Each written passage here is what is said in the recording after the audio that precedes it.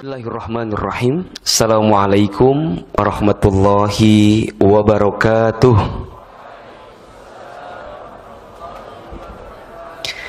Alhamdulillahirabbil alamin. Alhamdulillahilladzi anzala as-sakinata fi qulubil mu'minin liyazdadu imanan ma'a imanihim. Asyhadu an la ilaha illallah wahdahu la syarikalah wa asyhadu anna Muhammadan abduhu wa rasuluh.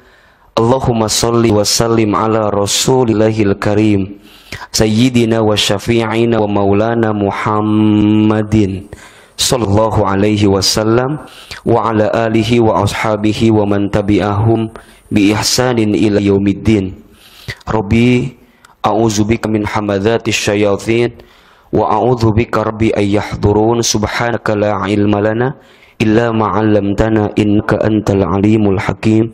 La haula wa la quwata illa billahil aliyyil azim.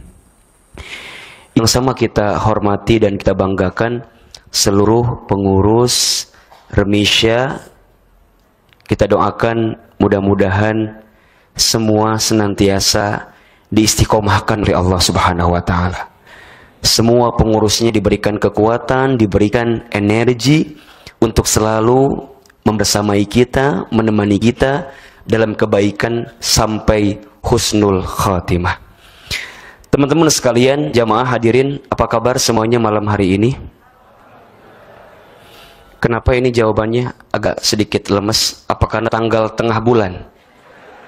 Apa kabar semuanya malam hari ini? Baik, pertama langsung sajalah biar kita nggak banyak basa-basi. Pertama, setiap orang itu pasti pernah punya masa lalu. Betul apa enggak? Semua di antara kita pasti pernah mengalami hari, masa yang sudah berganti dan kita sudah melewati itu semua. Namanya adalah masa lalu. Ahilman, apa itu masa lalu? Setelah saya mencari tahu dari beberapa sumber, masa lalu itu artinya adalah sesuatu yang sudah pergi berlari, yang paling jauh untuk ditempuh dan tidak akan pernah bisa menggapainya kembali. Kalau teman-teman ditanya oleh saya, apa yang paling jauh dalam kehidupan kita? Teman-teman jangan salah menjawab.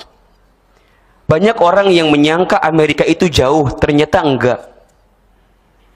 Amerika itu 22 jam bisa ditempuh dan sampai ke Amerika. Eropa jauh, ternyata enggak. Karena 17 jam ke Eropa pun sudah bisa sampai. Jepang jauh, ternyata enggak. Karena 7 jam pun sudah bisa sampai ke Jepang.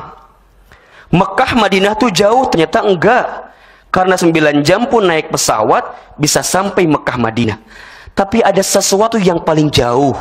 Saking jauhnya, kita tidak bisa menempuhnya dengan kendaraan apapun. Namanya adalah masa lalu. Betul apa enggak? Ada enggak di antara kita yang bisa kembali ke masa lalu? Enggak bisa. Kecuali lorong waktu. Dulu pernah ada sinetron namanya apa? Lorong waktu. Ya atau enggak misalnya Doraemon lah. Dia mengeluarkan alat untuk kembali ke masa lalu. Tapi kan itu sesuatu yang halu gitu. Kita nggak akan mungkin bisa kembali ke sana. Itu namanya masa lalu. Sekarang saya tanya, masa lalu apa yang pernah hinggap dalam kehidupan teman-teman yang sampai detik ini masih belum bisa teman-teman lupakan? Baik, mantan, setuju? Tadi ada yang bilang, mantan. Cuman barangkali nggak kuat untuk ngungkapinnya gitu kan. Barangkali di antara kita semua di sini sebagai anak muda atau anak remaja pernah punya rasa kepada orang yang rasa itu pernah kita pendam atau pernah kita ungkapkan, tapi malah menjadi sesuatu yang menyakitkan dalam kehidupan kita hari ini. Betul apa enggak? Di sini ada yang pernah punya mantan? Nggak usah bohong, wajah nggak bisa bohong. Dan langsung keinget gitu kan. Nah, ahilman, apa itu mantan? Kan teman-teman harus tahu mantan itu apa gitu. Ya kita bahas hari ini. Mantan itu yang sudah pergi, Tapi kadang-kadang tiba-tiba di pikiran, kadang-kadang tiba-tiba mengungkit kenangan, itu mantan namanya. Dan itu pasti mungkin di antara teman-teman ada yang pernah hadir seseorang yang selama ini mengisi hati kita tapi kemudian pergi. Dan sekarang pertanyaannya, orang yang pernah datang dalam hidup kita, apakah teman-teman akan simpan atau mau teman-teman hapus orang tersebut? Biasa aja. Jangan kelihatan ada nafsu yang terpendam dalam hati itu. Ini kan sesuatu yang kemudian kita harus sama-sama putuskan, bahwa apapun yang pernah terjadi dalam kehidupan kita, selama itu namanya masa lalu, ya sudah, masa lalu biarlah berlalu. Kata siapa? Inul Daratista. Saya juga paham itu. Jadi ketika kita bicara lebih dalam, misalnya kalau saya lebih sering kali menyebut mantan itu alumni hati. Jadi jangan heran jika suatu saat reuni lagi gitu. Ini kan namanya alumni hati, nggak kelihatan kan karena layarnya barangkali keterangan. Nah, semua punya masa lalu. Di antara masa lalu itu adalah ada orang yang pernah hinggap dalam hati kita, dan kita semua sepakat kita ingin hilangkan itu semua, ingin kita hapuskan. Nah, Ahilman bagaimana cara menghapuskannya? Ternyata ada jawaban yang paling luar biasa yang disampaikan oleh Al-Imam Al-Ghazali dalam kitab Minhajul Abidin. Kata beliau, hadapilah masa lalu yang sudah terjadi dengan kelembutan dan kejernihan hati, yaitu syukur, sabar, dan ikhlas. Sekarang saya tanya, sepakat nggak teman-teman yang ada di sini, kalau semua penyakit itu sumbernya dari hati? Sepakat atau tidak? Betul kan? Ibnu Qayyim al-Jauziyah itu pernah menyebutkan, hati itu etalase kehidupan manusia. Kan manusia itu dalam hidup dikasih 3 unsur kan? 1, ada yang disebut unsur jasad atau jasmani. 2, ada yang disebut dengan unsur akal untuk berpikir. Dan yang ketiga, ada yang disebut dengan unsur hati untuk merasa. Semua di antara kita diberikan 3 hal tadi. Jasad, terus akal, terus hati. Ternyata teman-teman sekalian, hati itulah yang menjadi etalase semua unsur dalam kehidupan kita. Badan teman-teman sehat atau sakitnya itu tergantung hatinya. Betul apa enggak? Setuju enggak apa enggak? Kalau hati teman-teman tersakiti, teman-teman yang sehat pun bisa mendadak jadi sakit. Betul apa enggak? Teman-teman yang lagi sakit hatinya, barangkali mohon maaf, awalnya badan ini fine-fine saja, tapi bisa jadi karena hatinya terluka, bisa meriang mendadak di hari itu. Betul apa enggak? Bisa tiba-tiba sakit badan, bisa tiba-tiba sakit kepala, bisa tiba-tiba sakit panas, bisa tiba-tiba asma, jantungan, bisa, tergantung hatinya. Maka hati itu etalase segala urusan hidup kita. Ucapan yang keluar di hati seorang manusia itu tergantung hatinya. Bahkan yang paling luar biasa, wajah kita berkarisma atau tidak tergantung hatinya. Makanya teman-teman sekalian, kalau mau lihat teman kita, gampang saja. Lihat bagaimana wajahnya, disitulah tercermin bagaimana hatinya. Kelihatan. Nah, maka untuk menghapus jejak masa lalu, jawabannya sederhana. Hadapilah masa lalu yang sudah terjadi dengan kelembutan dan kejernihan hati, yaitu syukur, sabar, dan ikhlas. Jadi kalau hari ini di antara teman-teman belum bisa menghapuskan jejak masa lalu, di antara teman-teman belum bisa hilang ingatan yang pernah hinggap di masa lalu kita, maka bisa jadi ada hati yang masih terikat dengan orang yang pernah datang di masa lalu kita. Bagaimana caranya? Syukur, sabar, dan ikhlas. Pertama, jika Allah pernah menghadirkan seseorang yang membuatmu meneteskan air mata bersedih, maka Allah sedang menyiapkan pahala sabar. Jika Allah pernah menghadirkan seseorang yang membuatmu meneteskan air mata bersedih, maka Allah sedang menyiapkan pahala sabar. Yang kedua, sebenarnya tadi ada yang kelewat di sini, yang pertama sebenarnya ada. Jika Allah pernah menghadirkan seseorang yang membuatmu tertawa bahagia, maka Allah sedang menyiapkan pahala syukur. Itu yang pertama dulu tuh. Jika Allah pernah menghadirkan seseorang yang membuatmu tertawa bahagia, maka Allah sedang menyiapkan pahala syukur. Baru yang kedua, jika Allah menghadirkan seseorang yang membuatmu meneteskan air mata bersedih, maka Allah sedang menyiapkan pahala sabar. Dan yang ketiga, jika Allah pernah menghilangkan seseorang yang kamu miliki dan bahkan kamu cintai, maka Allah sedang menyiapkan pahala ikhlas. Sekarang saya mau tanya, berarti untuk semua masa lalu kita yang pernah terjadi, semuanya baik atau tidak? Baik atau tidak? Jika dihadapi dengan hati yang bersih, jika dihadapi dengan hati yang jernih, maka semuanya baik. Lihat sabda Nabi Shallallahu Alaihi Wasallam, ajaban likulli mu'min, ajaib hidup seorang yang beriman itu.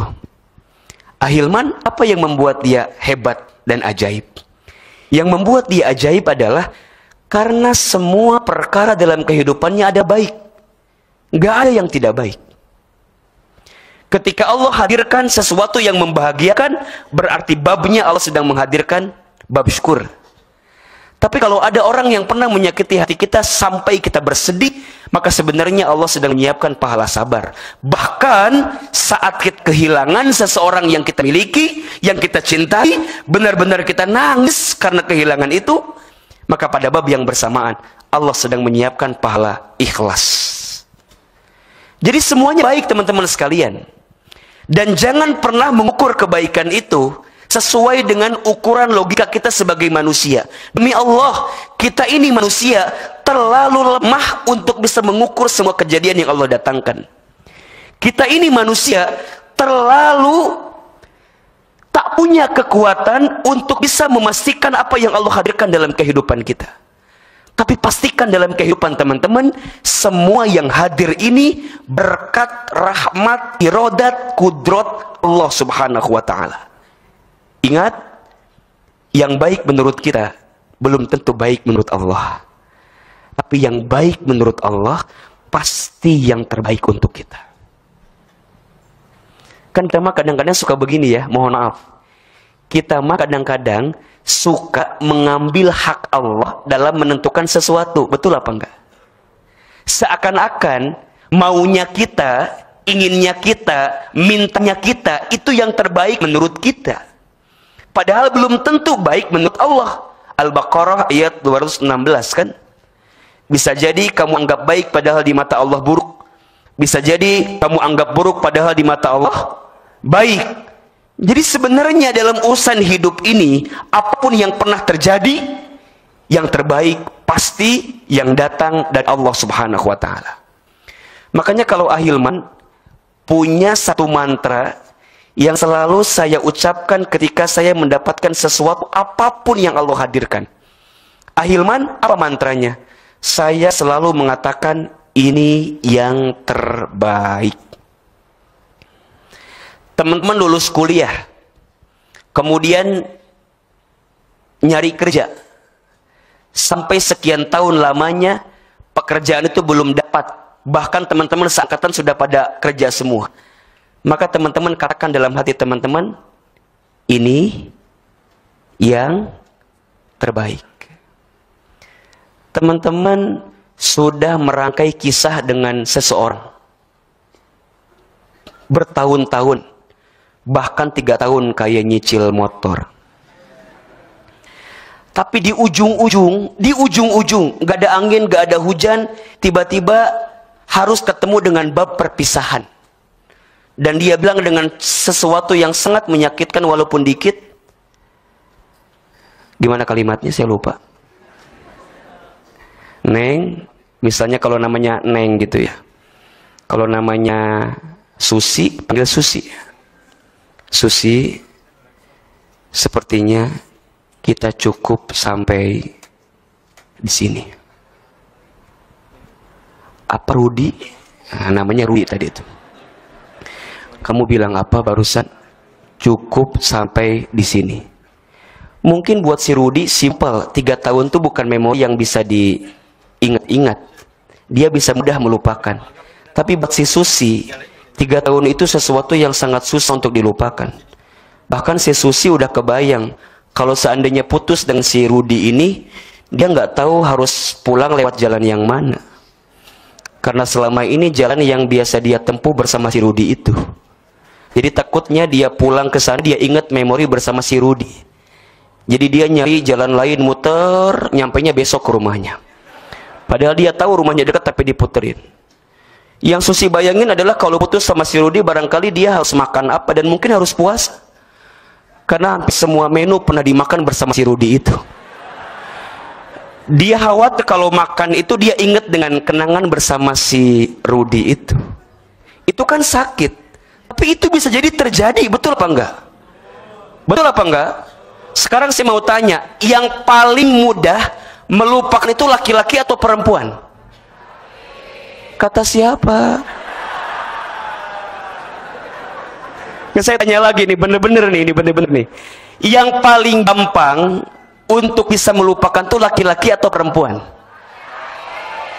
Bagaimana laki-laki, antum setuju? Jangan-jangan antum dibalik itu semua yang ada di sini. Perempuan benar jawabannya. Laki-laki itu mudah mencintai, mudah melupakan. Perempuan itu tak mudah mencintai dan tak mudah melupakan. Kata Nabi SAW, al-mar'atu kal-mir'ah. Perempuan itu seperti cermin. Hatinya. Ahilman, cermin itu seperti apa? Cermin itu, kalau sudah pecah, mungkin kita bisa merangkai pecahan daripada cermin itu. Tapi ingat, pantulannya tidak akan sempurna seperti sedia kala sebelum dia dipecahkan.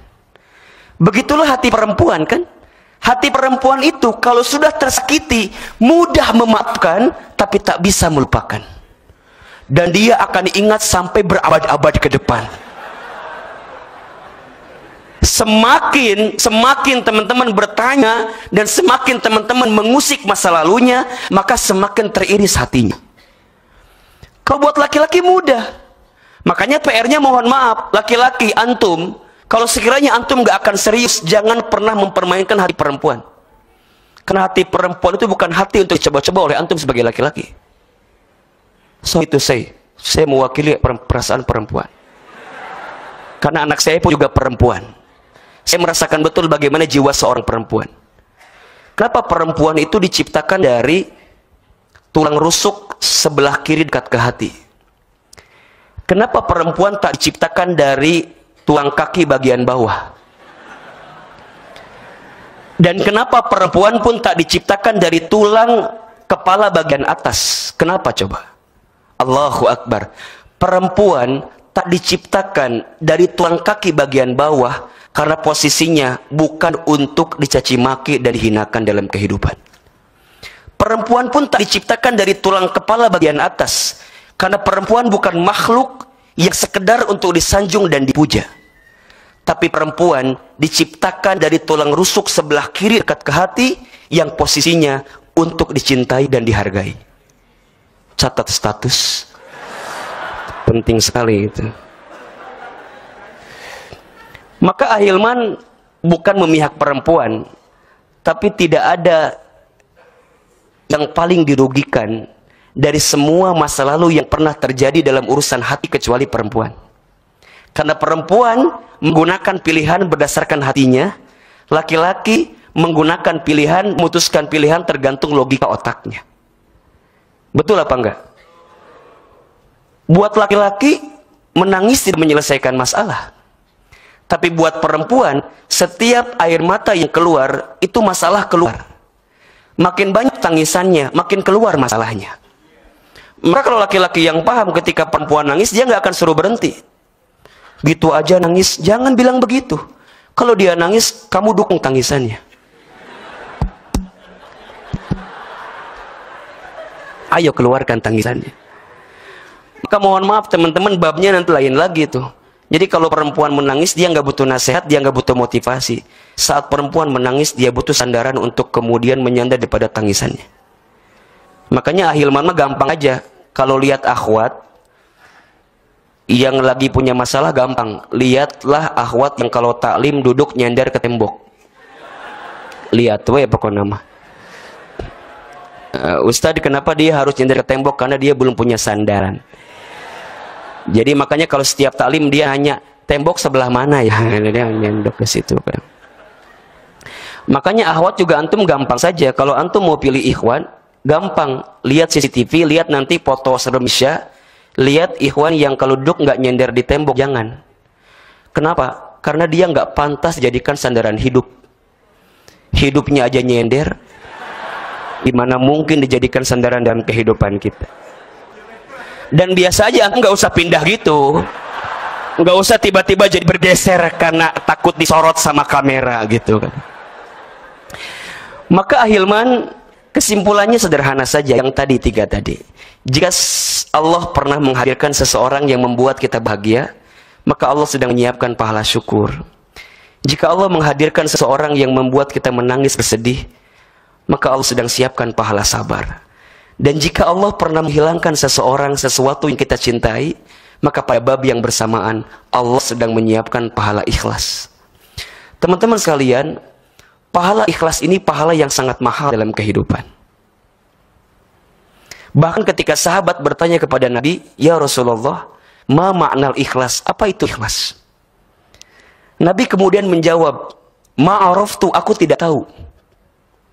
Coba, Rasul ditanya tentang ikhlas, Rasul kemudian menjawab, "Ma'araftu."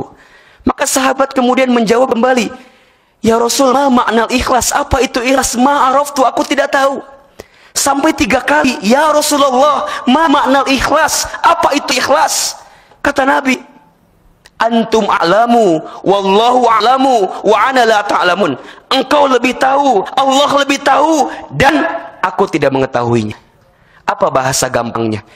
Ikhlas itu berarti menerima semua yang Allah hadirkan dan mengembalikan semua kepada Allah Subhanahu wa taala. La yukallifullahu nafsan illa wus'aha. Allah itu tidak akan pernah memberikan skenario hidup kepada kita kecuali Allah paham, cuman kita yang bisa menghadapinya. Sekarang ganti deh case-nya yang lain lah. Sekarang teman-teman di sini, di rumah ada orang yang paling kita cintai. Siapa? Orang tua.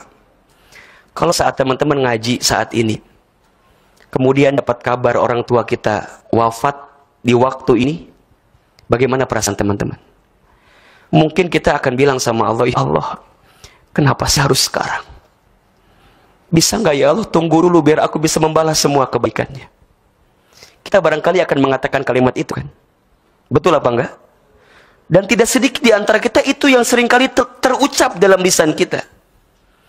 Apapun, ketika teman-teman didatangkan oleh Allah sesuatu yang menyakitkan, kita akan bilang sama Allah, "Ya Allah, kenapa sekarang sih? Ya Allah, kenapa begini sih? Ya Allah, kenapa begini sih?" Mohon maaf, kalau ada di antara teman-teman yang menjawab seperti itu, berarti teman-teman gak paham dengan apa yang Allah hadirkan dalam kehidupan kita. Karena semua yang Allah hadirkan itu pasti yang terbaik dalam kehidupan kita. Berusahalah untuk membuka hati dengan cara ikhlas. Karena saat kita ikhlas, di saat yang bersamaan Allah sedang berikan ganti yang lebih baik. Ahilman itu pernah mengalami bab yang sama. Kehilangan orang yang dicintai di saat waktu yang mendadak. Kelas 3 SMA waktu saya pesantren Darul Arqam di Garut. Kemudian kelas 3 SMA saya dapat beasiswa AFS ke Amerika Serikat. Seberangkatlah ke Amerika Serikat. Baru 3 bulan di sana, saya dapat kabar. Ibunda yang saya cintai, itu diambil usianya oleh Allah Subhanahu wa Ta'ala. Saya bingung waktu itu. Mau pulang, bingung di Amerika. Dan gak boleh pulang karena programnya 1 tahun di Amerika. Apa yang terjadi, saya terima dan saya katakan sama Allah, "Ya Allah, ini yang terbaik.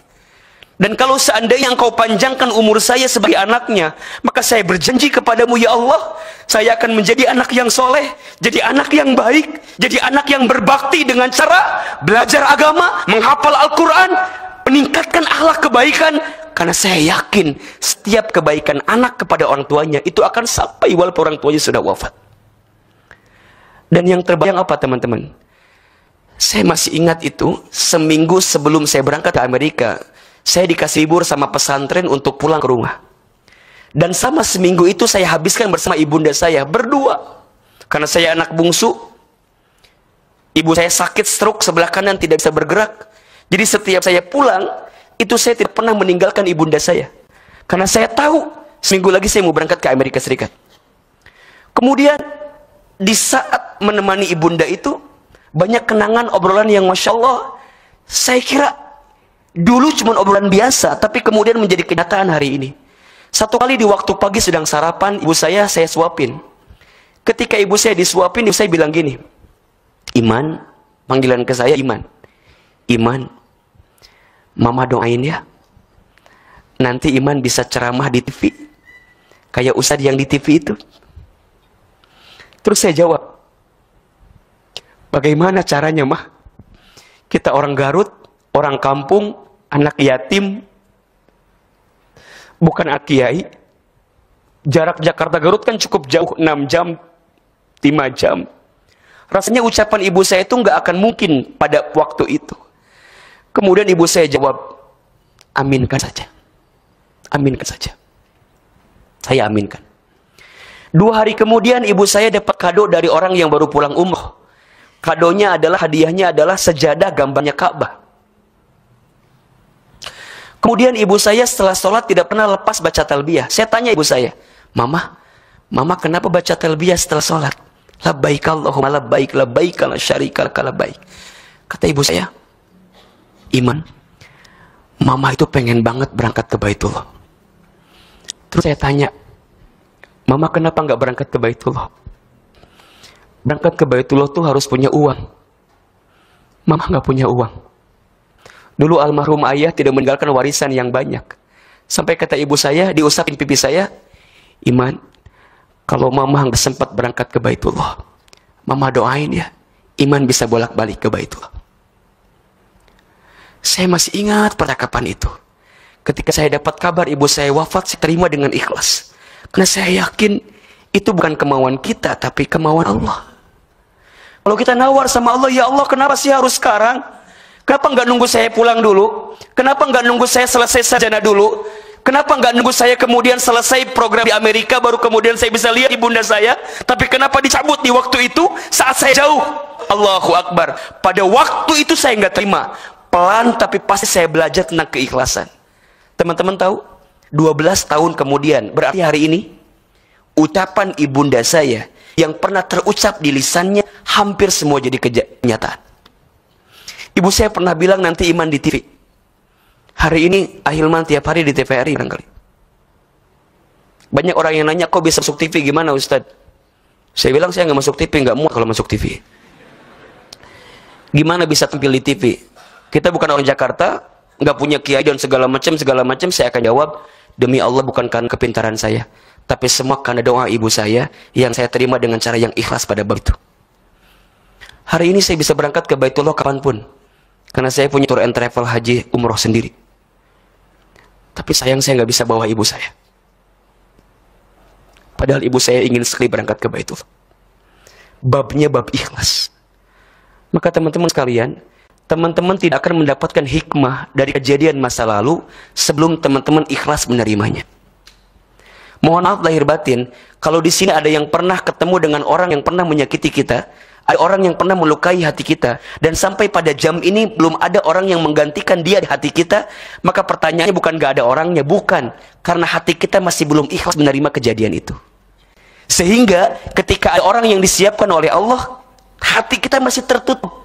Hati kita masih ternoda dengan apa yang kita pikirkan sendiri. Padahal sebenarnya Allah sudah siapkan orang yang baik dalam kehidupan kita. Maka lihat lanjutnya. Kata Allah Subhanahu wa taala di surat Asy-Syu'ara ayat 80 sampai 81. Yauma la yanfa'u malun wala banun. Akan ada hari di mana harta dan anak-anak tidak bermanfaat.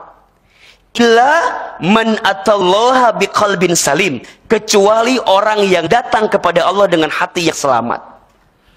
Apa kata kuncinya? Kita tidak akan pernah didatangkan jawaban tentang apapun kecuali hati kita salim, selamat. Doa kita kenapa nggak diijabah-ijabah? Bukan kurang doanya, karena bisa jadi saat berdoa hati kita tidak terpaut dengan Allah Subhanahu wa Ta'ala. Kenapa pengganti itu nggak datang-datang dalam kehidupan kita? Bukan nggak ada penggantinya, tapi karena hati kita belum ikhlas menerimanya. Pekerjaan baru, kita di PHK. Kenapa kita belum bisa mendapatkan pekerjaan baru padahal udah apply kemana-mana? Bisa jadi hati kita belum bersih. Penyakit kita kenapa tak kunjung sembuh? Bukan kurangnya obat, bukan kurangnya dokter, tapi karena barangkali hati kita belum benar-benar bersih menghadapi itu semua. Maka satu kali Rasulullah SAW itu pernah gelisah. Karena ketika diperintahkan ke kota Taif, kemudian beliau dicaci maki, bahkan dilempari batu. Kemudian pulang ke Mekah. Di Mekah beliau gelisah. Bahkan pernah curhat dalam dirinya, apakah aku harus sudahi dakwah ini? Saking capeknya. Kemudian tiba-tiba datang malaikat Jibril. Jibril memberikan 3 wasiat kepada Nabi SAW. Ada di hadis At-Tabrani, nomor hadis 4278. Itu disebutkan 3 wasiat dari Jibril kepada Nabi Muhammad ketika Nabi Muhammad sedang merasa gelisah. Sama dengan teman-teman lah. Ketika teman-teman merasa gelisah, teman-teman, ketika Jibril datang kepada Nabi Muhammad, bayangkan ini pun nasihat buat kita sebagai umat Rasulullah SAW. Apa nasihatnya? Pertama, kata Jibril kepada Nabi Muhammad ketika itu, ya Muhammad, isma syi'a fa innaka mayyitun. Wahai Muhammad, hiduplah kamu sesuka kamu ingin hidup, silahkan. Tapi ingat, kamu akan berjumpa dengan yang namanya kematian. Allahu Akbar. Lihat teman-teman, tidak ada nasihat yang paling mahal dalam hidup kita saat gelisah kecuali kematian.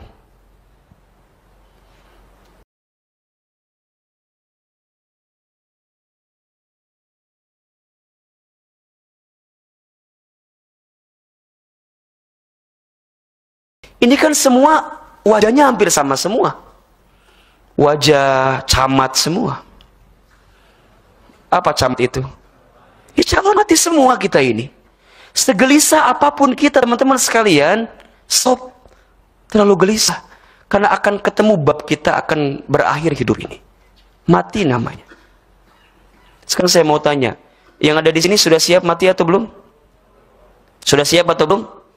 Kenapa belum siap? Harusnya jawabannya siap dong.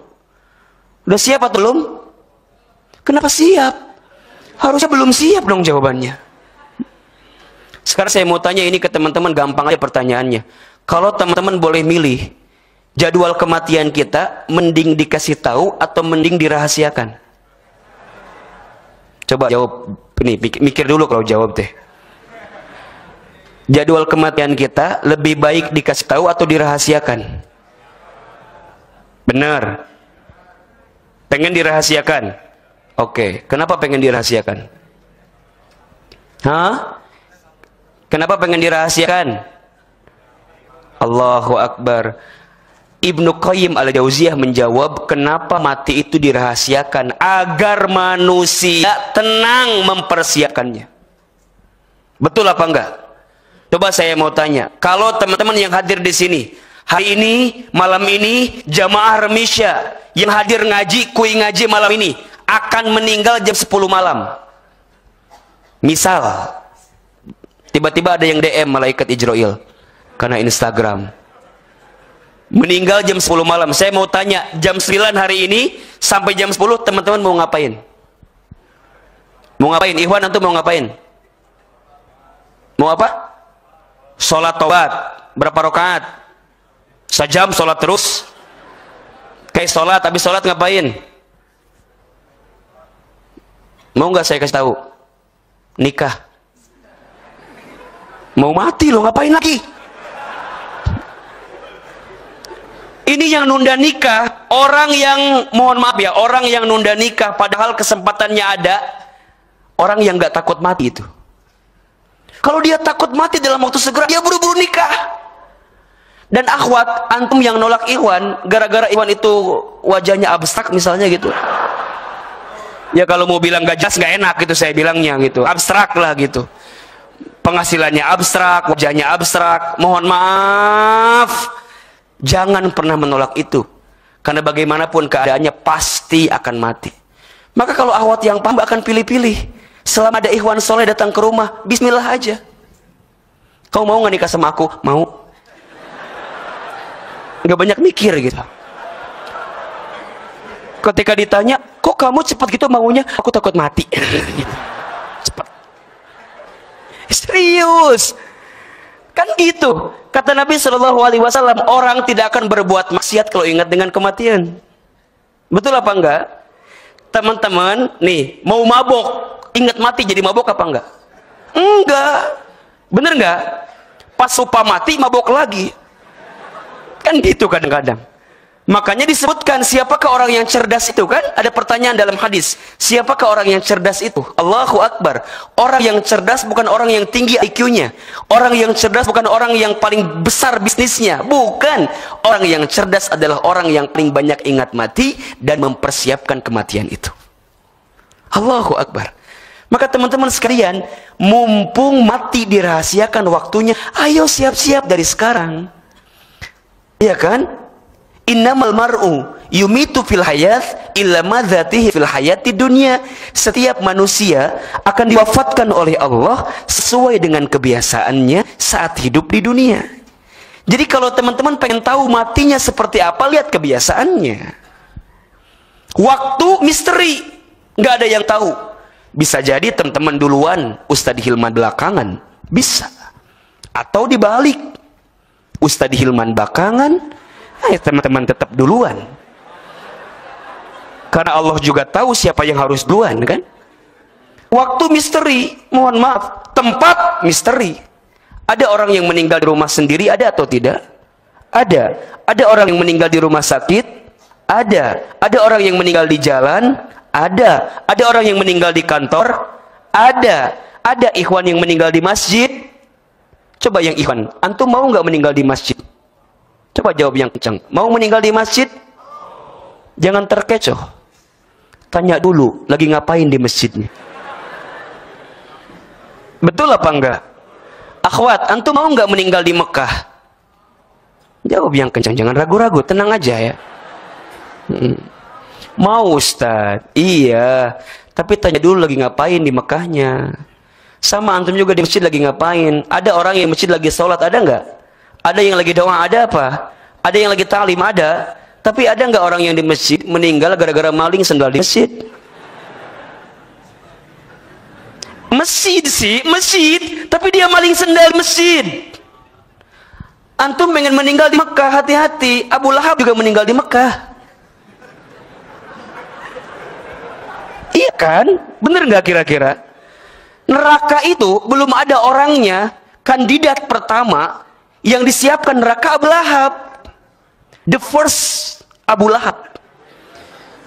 Jadi Allah nggak usah pakai babak spektakuler dulu, nggak usah. Itu udah Abu Lahab pertama kali masuk ke dalam api neraka. Sebelum neraka jadi, Abu Lahab dipastikan masuk ke dalam api neraka. Di mana meninggalnya? Di Mekah. Maka yang waktu nggak jadi masalah, tempat nggak jadi masalah, tapi yang paling menentukan adalah asbabul maut, sebab kematian kita. Sedang apa saat kita wafat? Hati-hati ya teman-teman. Jadi kalau teman-teman lagi bikin maksiat, lagi buat maksiat, bayangin lagi mati, pasti insya Allah nggak jadi maksiat. Assalamualaikum uhti, misal ada yang DM. Dan itu dipastikan buaya, ya biasa. Misal, Assalamualaikum uhti, dia langsung ngajak nonton berdua misalnya. Sekarang ada film baru loh, Suara Dilan untuk Milea misalnya.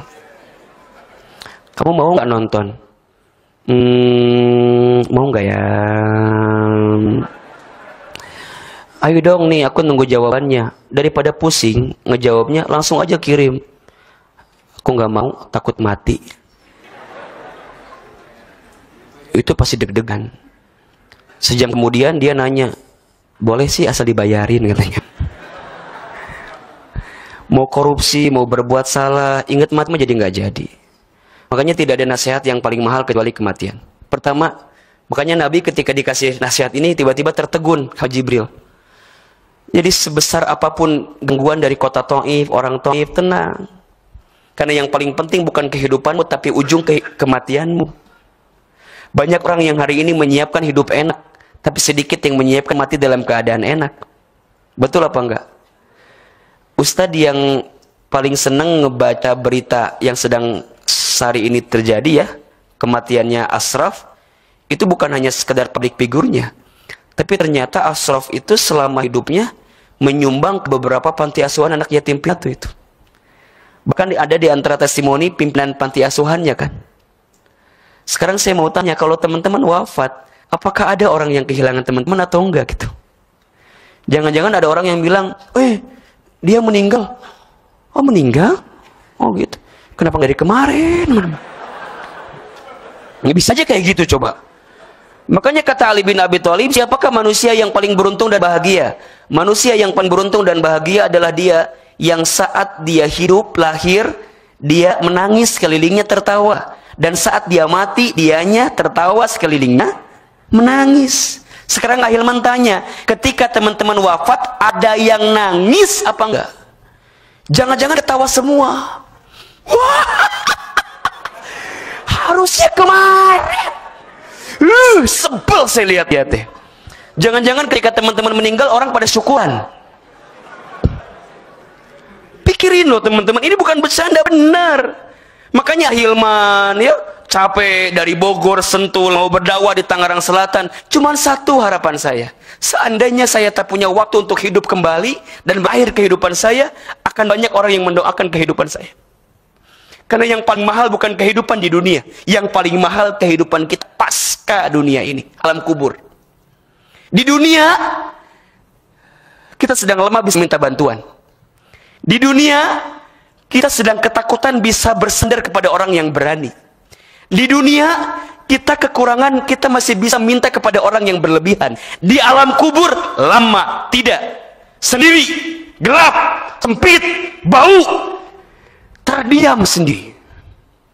Jadi nggak ada yang bisa menemani kita kecuali amal-amal kita dan doa-doa orang yang baik dalam kehidupan kita. Maka lihat dalam hadisnya, idza mata ibnu Adam inqata'a amaluhu illa bisalasin.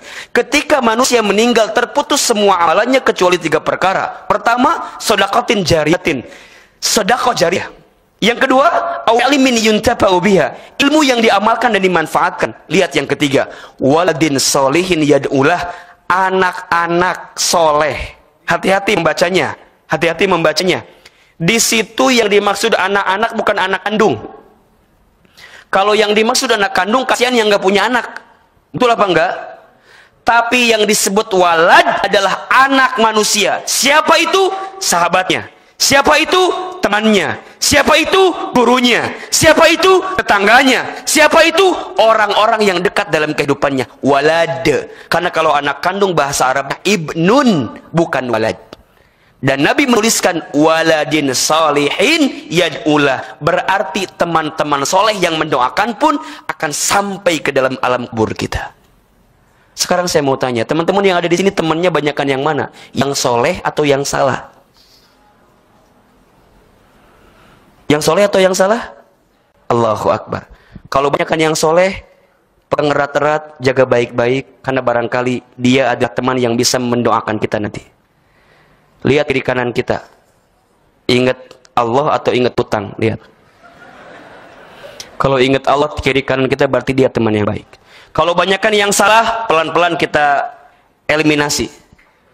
Eliminasi pelan-pelan. Ustaz, kalau gitu berarti kita membencinya. Lama, kita bukan membencinya. Kita hanya mencari waktu yang paling kuat untuk punya energi, sampai kita kuat kita bisa kembali kepadanya. Jadi kalau teman-teman menghindar dari teman yang gak baik itu, kan teman-teman benci kepada dia, bukan. Karena teman-teman sedang mencari kekuatan untuk bisa mendapatkan kekuatan baru, sehingga saat bersama dengan dia, teman-teman punya kekuatan yang dahsyat bersama dia nantinya. Yang kedua, Wa ahbib man syi'ta fa innaka mufarriqu. Kata Jibril, ya Muhammad, cintailah siapapun yang ingin kamu cintai, silahkan. Tapi ingat, kamu akan berpisah dengan orang yang kamu cintai. Bisa jadi kamu yang berpisah duluan dengan apa yang kamu cintai, atau orang yang kamu cintai berpisah duluan dengan kamu yang mencintainya. Orang tua, ya kan? Ada yang berpisah selamanya, ada yang berpisah sesaat, betul nggak? Coba ikhwan antum, pernah punya seseorang yang dalam hati antum dulu ada? Punya? Berapa banyak? 99? Banyak amat. Luar biasa misalnya ya. Coba teman-teman. Kalaupun teman-teman gak bisa move on dari itu semua, yakini semua akan berpisah.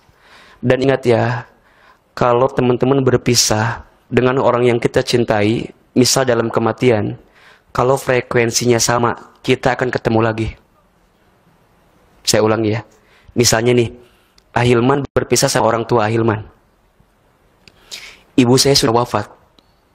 Saya yakin kalau frekuensi kesolehannya sama antara ibu dengan anaknya, dia akan ketemu juga. Yang membedakan hanya waktu take off saja. Ibu saya mungkin take off-nya lebih duluan. Saya take off-nya belakangan. Kalau tujuannya sama-sama surga, pasti ketemu lagi.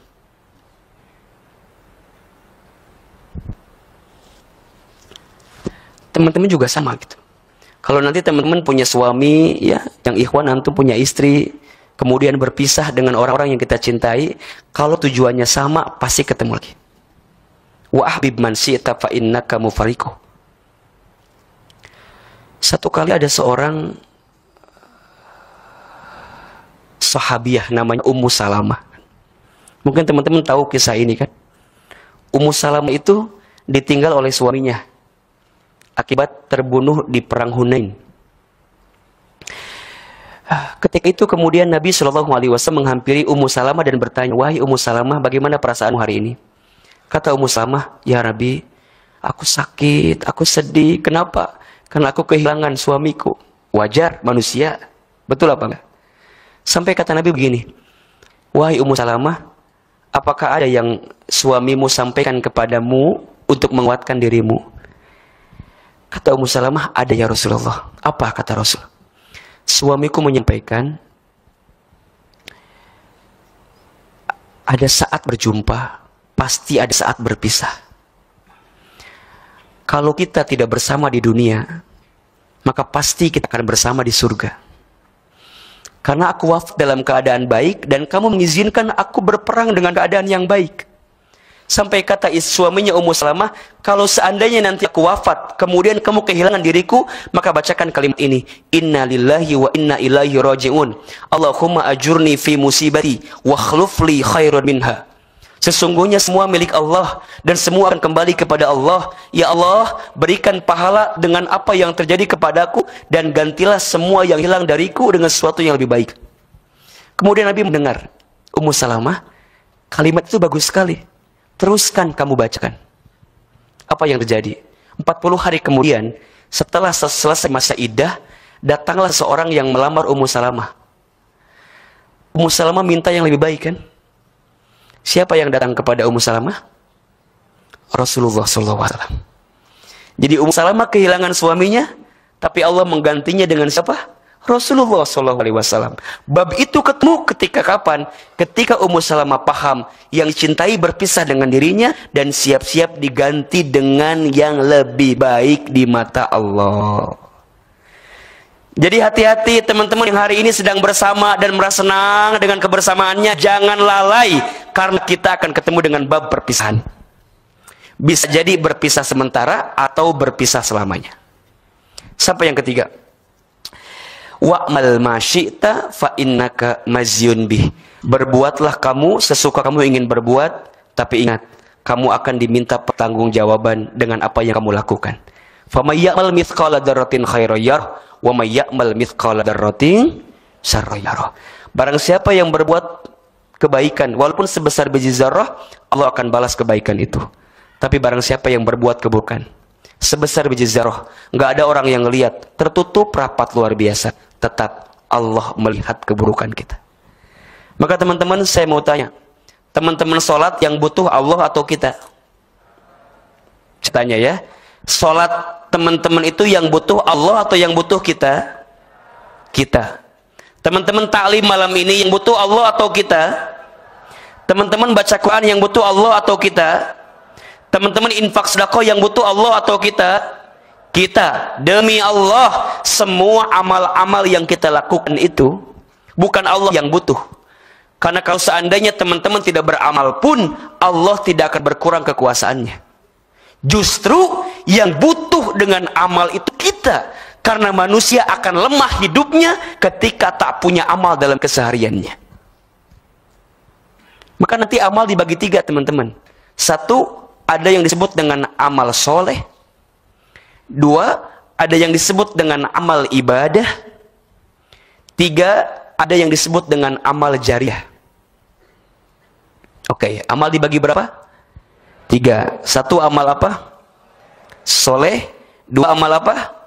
Amal ibadah. 3 amal apa? Amal jariah.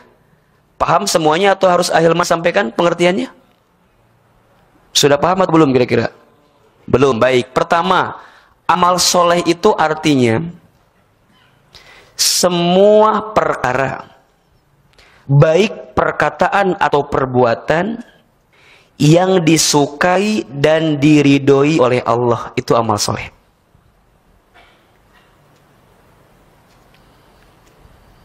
Jelas? Baik. Amal ibadah artinya semua perkara yang diperintahkan oleh Allah,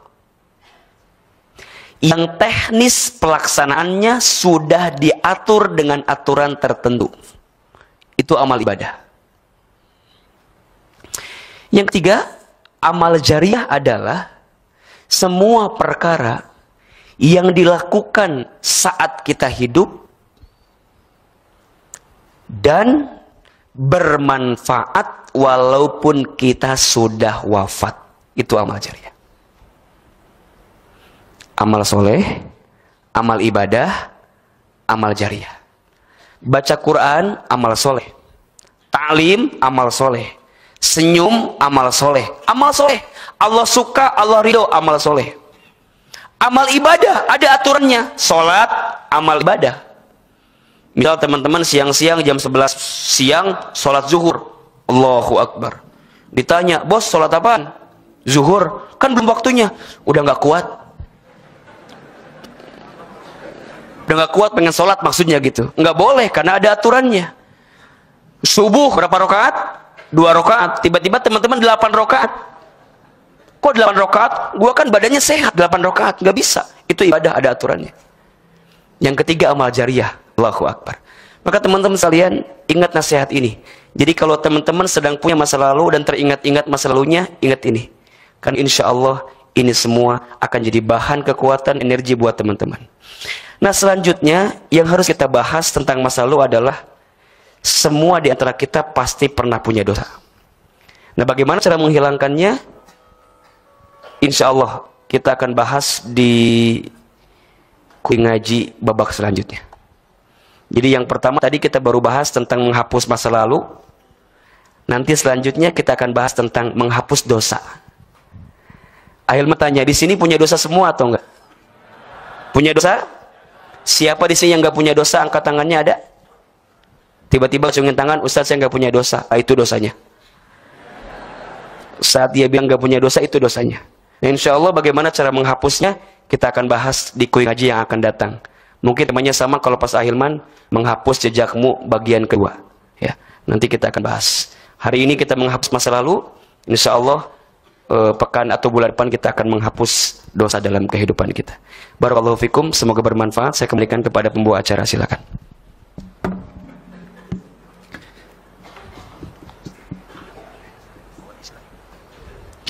Masya Allah, jazakallah khair Ustaz Hilman Fauzi atas ilmu yang telah diberikan pada malam hari ini. Banyak sekali ilmu-ilmu dan nasihat-nasihat yang sudah kita dapat. Mungkin teman-teman ada waktu 10 menit untuk sesi tanya jawab, 2 pertanyaan saja. Dari Ikhwan, silakan mengacungkan tangan. Yang ingin bertanya ada? Tidak ada. Dari Akhwat, ada yang bertanya? Tidak ada juga ya. Baik. Jika tidak ada pertanyaan, mari kita. Baik, di sini semua murid yang baik. Karena di antara ciri murid baik tidak mau memberatkan gurunya.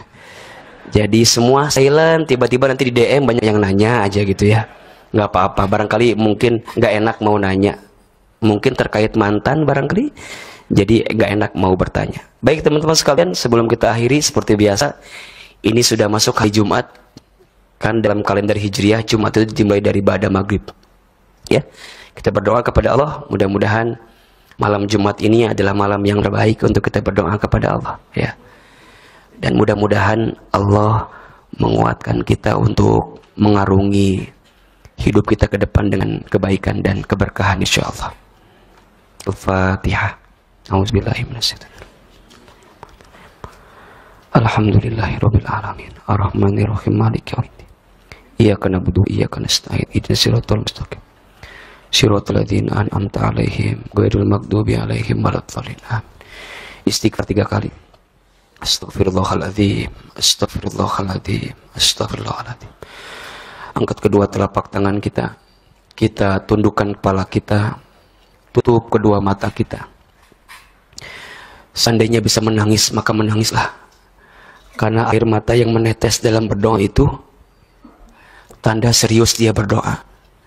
Bahkan dalam hadits qudsi Allah berfirman, barang siapa yang serius berdoa kepadaku, maka aku malu tidak mengabulkan doa-doanya. Ada 3 air mata yang haram menyentuh api neraka. 1, air mata yang menetes karena bertaubat. 2, air mata yang menetes karena rindu berjumpa dengan Allah. 3, air mata yang menetes karena kesulitan dalam hidupnya dan dia sedang menanti jalan keluarnya. Angkat kedua telapak tangan kita, aminkan dalam hati masing-masing. A'udzubillahi minasyaitonirrajim. Bismillahirrahmanirrahim. Alhamdulillahirabbil alamin. Alhamdulillahirabbil alamin. Alhamdulillahirabbil alamin. Allahumma shalli ala sayyidina Muhammadin wa ala alihi washabihi ajmain. Ya Allah ya Rabb, Engkau yang maha menetap setiap langkah kami. Ya Allah ya Rabb, Engkau yang maha mendengar setiap keluh kesah kami. Ya Allah ya Rabb, Engkau yang senantiasa menjadi sandaran dalam hidup kami. Ya Allah ya Rabb, Engkau yang tidak pernah meninggalkan kami. Ya Allah ya Rabb, Engkau tujuan hidup kami. Ya Allah ya Rabb, Engkau yang senantiasa mendengarkan semua perasaan kami. Ya Allah ya Rabb, terima kasih malam ini Engkau izinkan kami duduk lagi di tempat ini ya Allah. Engkau masih lembutkan hati kami padahal Engkau tahu betapa kerasnya hati kami. Engkau ringankan langkah kami ke masjid ya Rabb, padahal Engkau tahu siapa kami di masa lalu ya Rabb. Seringkali banyak masjid yang kami lewati tapi kami tidak pernah hinggap di dalamnya. Engkau tahu siapa kami di masa lalu ya Rabb. Engkau masih mendengarkan semua keluh kesah kami, padahal kami sering mengabaikan panggilan ya Rabb. Maka ya Allah ya Rabb, kami mohon kepadamu, untuk kami yang hadir hari ini, jangan keluarkan kami dari masjid ini kecuali Engkau ampuni dosa-dosa kami ya Allah. Dari mulai dosa yang kecil sampai dosa yang besar. Dari mulai dosa yang kami sembunyikan sampai dosa yang kami buat terang-terangan. Dari mulai dosa yang kami sengaja sampai dosa yang tidak kami sengaja ya Rabb. Engkau tahu dosa-dosa kami ya Allah. Sehebat apapun kami menyembunyikannya, Engkau tahu catatannya ya Rabb. Sehebat apapun kami merahasiakannya, Engkau tahu melihat semua dosa-dosa kami ya Rabb. Dari mulai dosa mata kami yang seringkali melihat yang haram. Berapa banyak tontonan yang kurang baik kami tonton ya Rabb. Berapa banyak pandangan yang haram kemudian kami hobi melihatnya ya Rabb. Allah, Engkau tahu lisan kami sering berbohong ya Rabb. Engkau tahu lisan kami sering berdusta ya Rabb. Berapa sering kami ingkar janji ya Rabb. Berapa sering lisan kami merendahkan orang lain, menghina orang lain. Bahkan seringkali kami menggibah orang lain ya Rabb. Kalau seandainya Engkau buka semuanya ya Rabb, barangkali semua amal kami sia-sia ya Rabb. Karena dosa lisan kami tak terbendung banyaknya ya Rabb. Allahu Akbar. Ya Allah, Engkau tahu betapa banyak tangan kami pernah bersentuhan dengan yang haram ya Rabb. Engkau tahu tangan kami pernah mengambil yang haram, pernah menyentuh yang haram. Dan kalau seandainya Engkau buka ulah tangan dosa kami ini ya Rabb, amal apa yang bisa kami persembahkan kepadamu ya Rabb? Kotor tangan ini ya Rabb. Banyak dosa tangan ini ya Rabb. Banyak maksiat tangan ini ya Rabb. Bahkan Engkau tahu ya Allah, betapa sering kaki kami melangkah ke tempat maksiat ya Rabb. Hobi kami berangkat ke tempat maksiat. Saking banyaknya tempat maksiat yang kami datangi, entah berapa banyak kaki ini melangkah ya Rabb. Apalagi di antara kami mungkin ya Rabb, ada yang pernah mabuk minuman keras.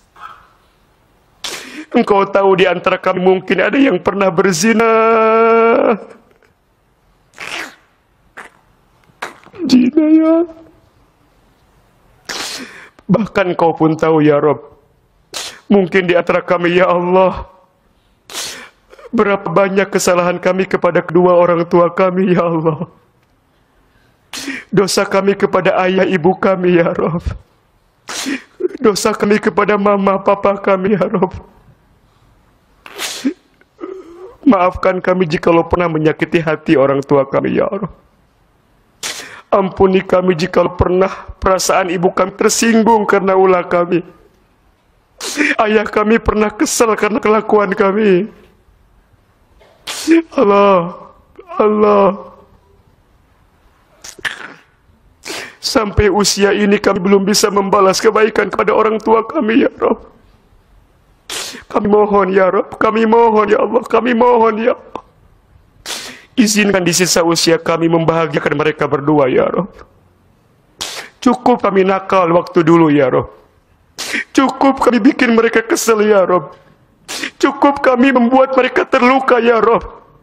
Cukup membuat kami mereka marah ya Rabb. Allahu Akbar ya Rabb. Seandainya orang tua kami masih hidup ya Allah, panjangkan usia orang tua kami ya Allah. Sehat afiatkan tubuh orang tua kami ya Allah. Izinkan kami membimbing ayah ibu kami berangkat haji umroh ke Baitullah ya Allah. Izinkan kami menghadirkan kebaikan kebahagiaan kepada mereka ya Allah ya Rabb. Allah. Namun seandainya orang tua kami sudah wafat ya Rabb, lapangkan alam kuburnya. Terima iman Islamnya. Titip salam rindu untuk kami dari mereka ya Allah, mereka untuk kami ya Rabb. Ya Allah ya Rabb, malam ini kami mohon jadikan malam ini malam yang terbaik ya Allah. Kami tahu isi hati kami ya Rabb. Engkau tahu bagaimana perasaan kami ya Rabb. Siapapun di antara kami yang belum bisa menghapus masa lalu kami ya Allah, kami mohon Engkau tidak pernah pergi di hati kami ya Rabb. Teman-teman sekalian, silahkan berdoa sesuai dengan hajatnya masing-masing, sesuai dengan kisahnya masing-masing, sesuai dengan masalahnya masing-masing. Ayo belajar berdoa sama Allah. Sampaikan semua keluh kesahnya. Ya Allah, ya Bismillah. Minta sama Allah. Minta diistiqomahkan dalam ibadah.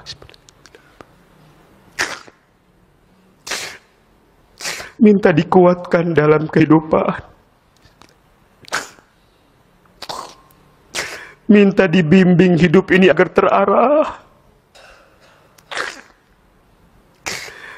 Ayo sampaikan hajat kita tahun ini mau apa. Apa harapan kita tahun ini?